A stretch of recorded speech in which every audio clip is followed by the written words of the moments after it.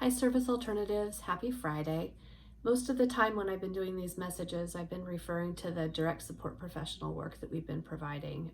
It's really the bulk of our employees that are out there every day delivering essential services. But today I'm going to start off with something different and talk a little bit about the program development that happens.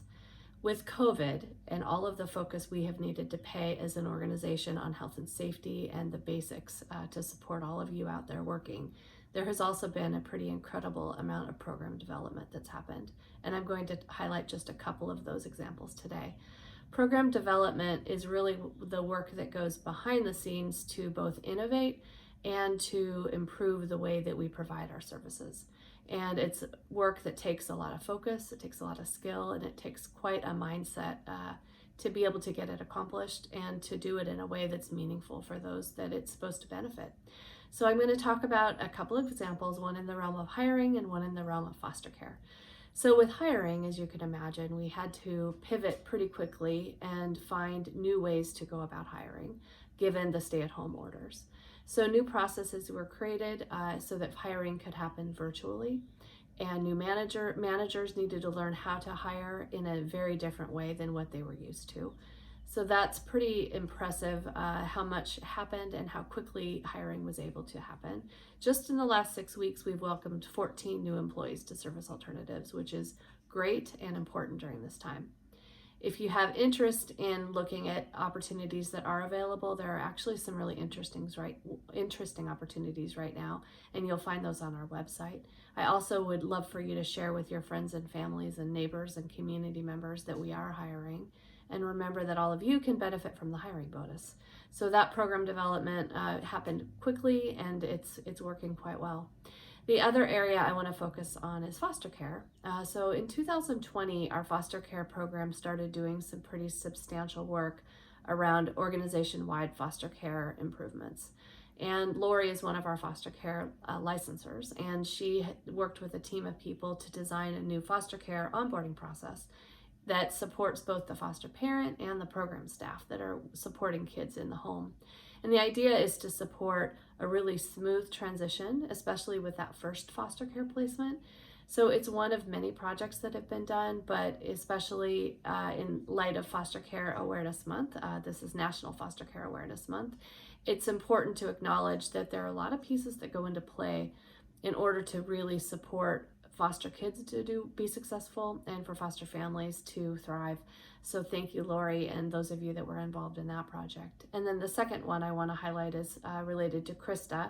Krista is also a foster care licensor and is involved in a fair amount of recruitment. Krista started a newsletter during COVID, and just like I provide these messages on Friday, Krista provides a newsletter for foster parents that goes out every Friday.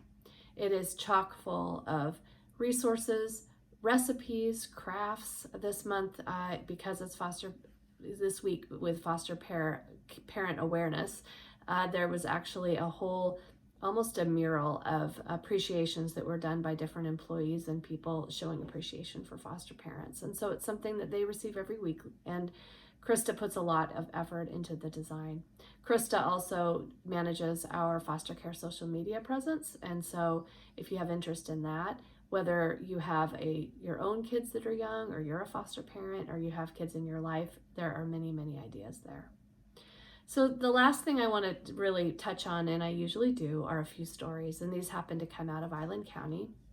So the first one really relates to employment services, and we haven't talked a lot lately about employment services and the fact that we still have many clients we support that are providing essential services.